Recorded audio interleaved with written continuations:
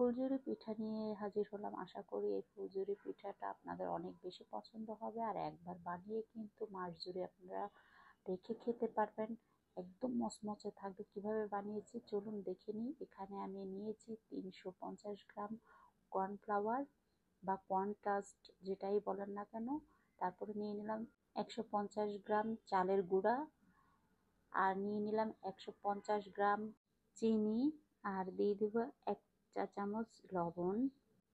তারপরে ভালো করে এটাকে মিক্স করে মিক্সটা কিন্তু ভালো করে নিতে হবে, যেন কোনো জায়গায় একটু দানা দানা না থাকে। এটা একদম মসৃণ একটা ডো হবে। তারপরে এখানে দিয়ে দিব আমি রুম টেম্পারেচারে থাকা 2টা ডিম। অবশ্যই 2টা ডিম দিতে হবে। আমার যে মেজারমেন্টটা বলেছি এই মেজারমেন্টটা আপনারা ঠিক রাখবেন। আর এখানে দিয়ে দিলাম আমি নারকেলের দুধ, দিয়ে দিলাম 450 ml। অবশ্যই এটা দিতে হবে। নারকেলের দুধটাকে দিয়ে তারপরে কিন্তু ভালো করে মিক্স করে নিব। আর এখানে যদি নারকেলের দুধ না দেন তাহলে কিন্তু আপনারা শুধু পানি 400 ml দিবেন, 450 ml।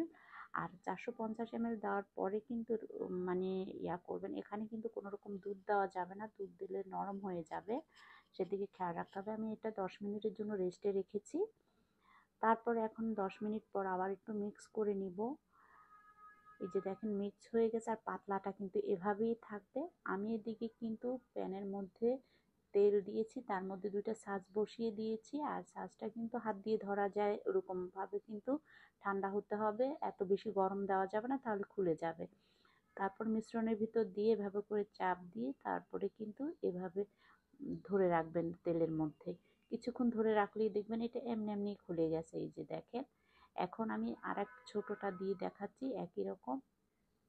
আবারও এরকম চাপ দিয়ে তারপরে কিন্তু আমি এটাকে দিয়েছি। এই যে দেখেন, খুব সহজ একটা রেসিপি, আর আশা করি আপনাদের অনেক বেশি ভালো লাগবে। এখন আমি আরেক চুলাতে কিন্তু সাজগুলো বসিয়ে দিব, আর একটার পর একটা এভাবে দিতে থাকবো। আমি আবারও বলছি, বেশি গরম হয়ে গেলে তেল তখন একটু কমিয়ে রাখবেন।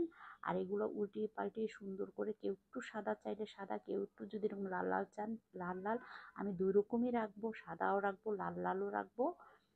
তারপরে আমি এখন এগুলো তেল থেকে উঠিয়ে ফেলবো। আরও আমি কিছু এই যে দেখেন আমি ভেজে নিচ্ছি।